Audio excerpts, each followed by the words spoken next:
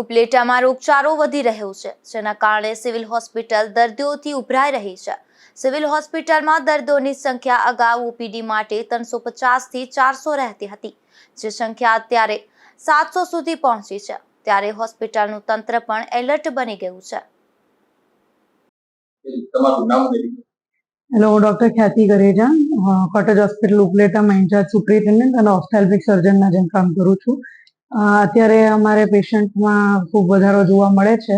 Usually અમારા 450 થી 500ની જે ઓપીડી થતી હોય જનરલ, એ અત્યારે અમારે 650 થી 700 ઓપીડીની પેશન્ટ જોવા મળે છે.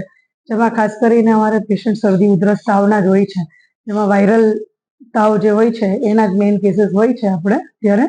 એટલે એનાથી બચવા માટે આપણે ઠંડુ ઓછું ખાવું, બહારનું ઠંડુ પીવું ઓછું, બરાબર, અને એકબીજાથી થોડું આપણે જે કોવિડ ટાઈમમાં જેમ થોડુંક ડિસ્ટન્સ રાખતા હતા એ થોડું ડિસ્ટન્સ મેન્ટેન કરી શકીએ અત્યારે.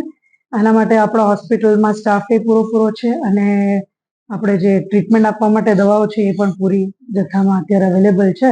એટલે કંઈ પણ તકલીફ આપણે જણાય શરૂઆત એ થતી હોય તો વહેલા આવીને સારવાર કરાવી, તેનાથી આપણે આગળ જતા તકલીફ વધારે ના થાય.